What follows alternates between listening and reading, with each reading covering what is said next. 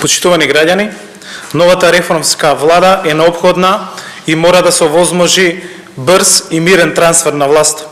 Освен што се блокирани сите процеси во државата, граѓаните се економски загрозени. Меѓу нив се земјоделците, кои што се уште ги немаат добиено субвенциите за минатата година, а многумина од нив и за претходните неколку години. Поради несериозност и неодговорноста на раководството на ВМРО-ДПМН и на нивните пратеници, илјадници земјоделци и нивните семејства го дочекуваат Великден без пари. Луѓето се оставени без субвенции, токму во времето кога највеќе им се потребни за нови вложувања. Дел од нив се задолжуваат за да продолжат да работат. Дел од нив немаат кој да им помогне и тие, ако не посеат род, следната година немаат ни од што да се прехранат. Со недели досегашната власт ги лаже земјоделците дека исплатата на субвенциите само што не почнала.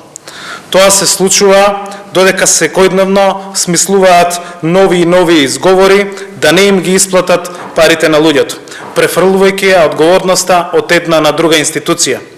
И по смена на тројца директори во платежната агенција, субвенциите не се исплаќаат, а Министерството за финансии молчи. Зошто земјоделците не ги добиваат своите субвенции кои што им следуваат по закон? Токму затоа мора да се формира новата демократска и реформска влада според изразената волја на над 700.000 граѓани согласно деловникот, законите и Уставот на Република Македонија. Доволно граѓаните патат 10 години за нечии лични интереси. Никој нема право со лаги, со барања за нови избори, со блокада на институциите да го уништува животот и иднината на граѓаните.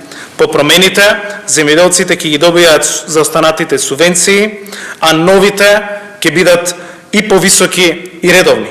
Ќе има субвенции и за зелена нафта за земјоделска механизација, но и ќе бидат ослободени од данок.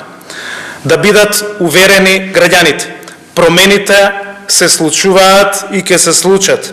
Ќе има живот и за земјоделците и за секој граѓанин на оваа држава.